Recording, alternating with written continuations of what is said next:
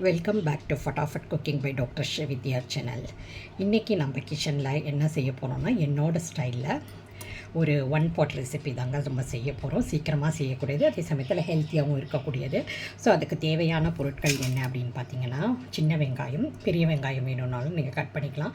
நான் இன்றைக்கி சின்ன வெங்காயத்தை வந்து கொஞ்சம் பொடிசாக நீல வாக்கில் கட் பண்ணி வச்சுருக்கேன். அதை தவிர பட்டை, கிராம்பு, சோம்பு, இந்த மாதிரி மசாலா ஐட்டம்ஸ் எல்லாம் உங்களுக்கு தேவையானதை எடுத்து வச்சுக்கோங்க.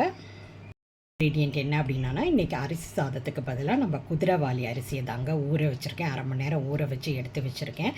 ஸோ இதை வச்சு தான் இன்றைக்கி வந்து இந்த ஒன் பாட் ரெசிபி செய்ய போகிறோம். அதோட பேர் என்ன அப்படின்னு பார்த்தோன்னா, தேங்காய் பால் ரைஸு. வாங்க இதை எப்படி செய்கிறதுங்கிறத பார்க்கலாம். இப்போ குக்கரில் வந்து நான் வந்து கொஞ்சம் வெண்ணெயும் கொஞ்சம் எண்ணெயும் எடுத்து வச்சுருக்கேன். ஸோ இந்த எண்ணெயில் தான் நம்ம இந்த எல்லாமே செய்ய போகிறோம். இப்போ இந்த வெண்ணெய் உருகின பிறகு நம்ம வெங்காயத்தை, மசாலா சாமானெல்லாம் போட்டு வறுத்துக்க போகிறோம்.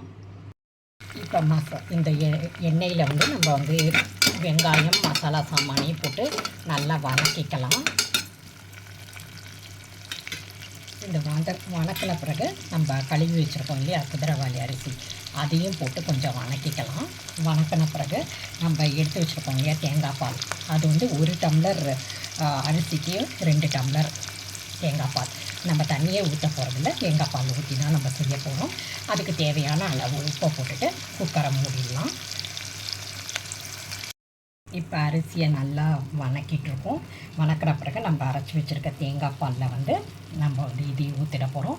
அந்த தேங்காய் அரைக்கிறப்பே அதில் வந்து பச்சை மிளகா, காரத்துக்கு ஏற்ற மாதிரி பச்சை மிளகாவும் போட்டிருக்கேன். அதனால் வேறு எந்த காரமும் நமக்கு தேவைப்படாது.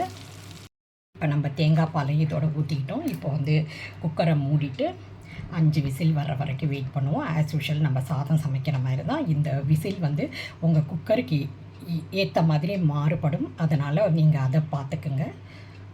நம்ம தேங்காய் பால் சாதம் ரெடி ஆகிடுச்சு. குதிரைவாலி அரிசியில் செஞ்சது. இப்போ வந்து சாப்பிட்றதுக்கு கொடுத்துடலாம். இதோட வந்து ஏதாவது கிரேவி பண்ணாலும் நல்லாயிருக்கும். அப்படி இல்லாட்டி ஒரு காரமாக ஒரு பொட்டேட்டோ ஃப்ரையோ இல்லை ஏதாவது ஒரு கிழங்கு ஃப்ரையோ செஞ்சு கொடுத்தோன்னா ரொம்ப சூப்பராக இருக்கும். கிரேவி இருந்தால் இதை விட நல்லாயிருக்கும். இந்த ரெசிபி உங்களுக்கு பிடிச்சிருந்துச்சுன்னா லைக் பண்ணுங்கள், கமெண்ட்ஸ் பண்ணுங்கள், மறக்காமல் ட்ரை பண்ணி பாருங்கள். அதுதான் ரொம்ப ரொம்ப முக்கியம். அது ரொம்ப ஹெல்த்தியான ஒரு உணவு. மேலும் ஒரு புதிய ரெசிபியோடு உங்களை நான் வந்து சந்திக்கிறேன். அது வரைக்கும் உங்களிடமிருந்து விடைபெறுவது உங்கள் டாக்டர் ஸ்ரீவித்யா. நன்றி, வணக்கம்.